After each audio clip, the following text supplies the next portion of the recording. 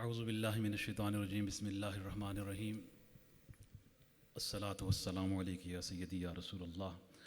وعلی آلک واصحابک وازواجک وذریاتک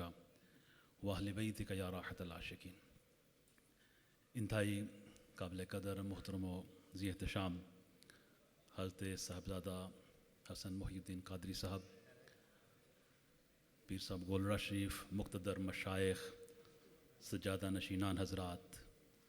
علماء، دانشور، وکلاء، ججز، پارلیمنٹیرینز، میرے تمام معززین پارٹیسپینٹس، خواتین و حضرات، آج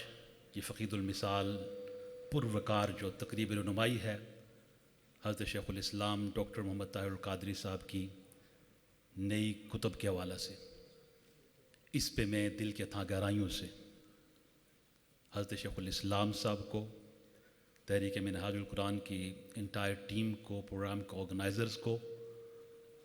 اور پوری امت مسلمہ کو، عاشقان رسول کو ہدیہ تبریک پیش کرتا ہوں۔ اپریسیشن، میرے پاس ذخیرہ الفاظ میں کوئی لفظ نہیں کہ کس طرح ہم داد تحسین دیں، یہ بہت چھوٹی بات ہے۔ ہم آج حضرت شیخ الاسلام کو سلام عقیدت پیش کرنے آئے ہیں۔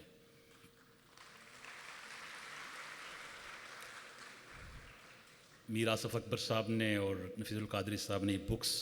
ہمارے آستانے پہ گفٹ کیا، میں بہت شکریہ۔ ایک طائرانہ نظر اس کے انٹروڈکشن پہ جو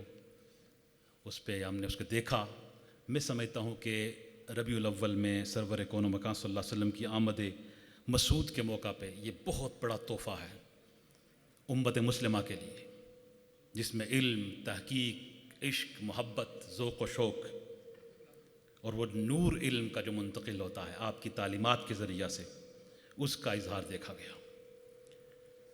میں یہ عرض کرنا چاہوں گا سامعین کہ ڈاکٹر طاہر القادری کتابیں نہیں لکھتے، وہ انقلاب لکھتے ہیں۔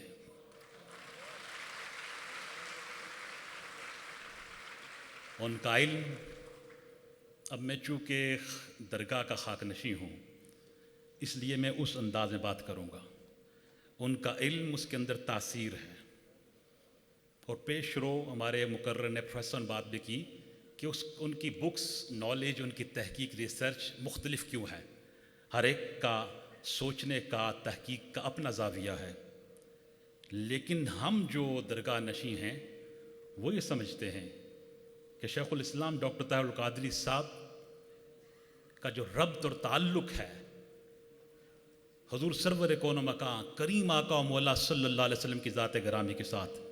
عشق کا، محبت کا، اعتقاد کا، ذوق کا، شوق کا، کیف کا، سرور کا،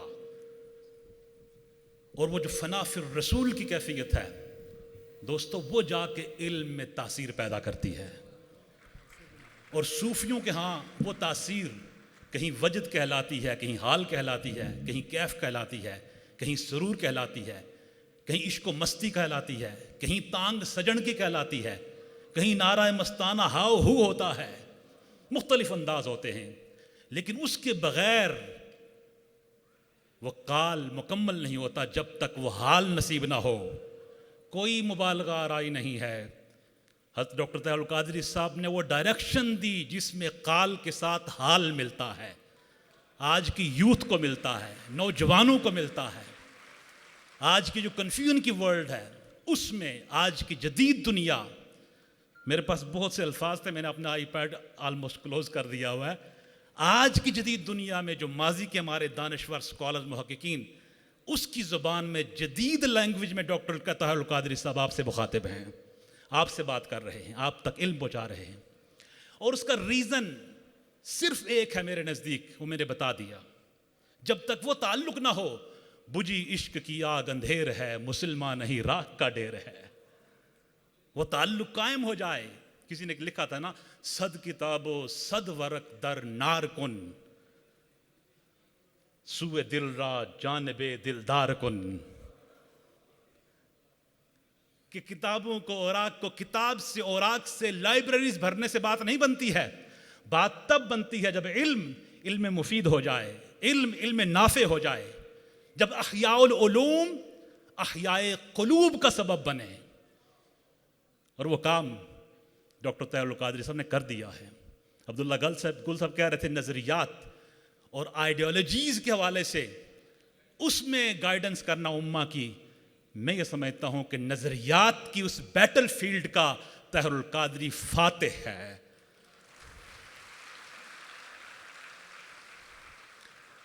اور پھر مجھے اس پہ آنے دیں، اس کی ریزن ایک ہی ہے۔ اس پہ میں ایک آپ آج سے 30 سال پہلے کی کتاب ڈاکٹر صاحب کی اٹھا کے دیکھ لیں، کھولیں پہلا صفحہ، اور آج کی یہ بکس اٹھا کے دیکھیں، کھولیں پہلا صفحہ، سب سے پہلے آپ کی نظر کہاں پڑے گی؟ مولائی صلی وسلم دائماً ابداً علی حبیبک خیر الخلق کلہم۔ یہ وہ بات ہے جو آج میں اس تقریبی رونمائی میں عرض کرنا چاہتا ہوں۔ وہ تعلق جو شہر مدینہ سے، مدینۃ العلم سے، پھر وہ تعلق باب مدینۃ العلم مولا حیدر کرار سے،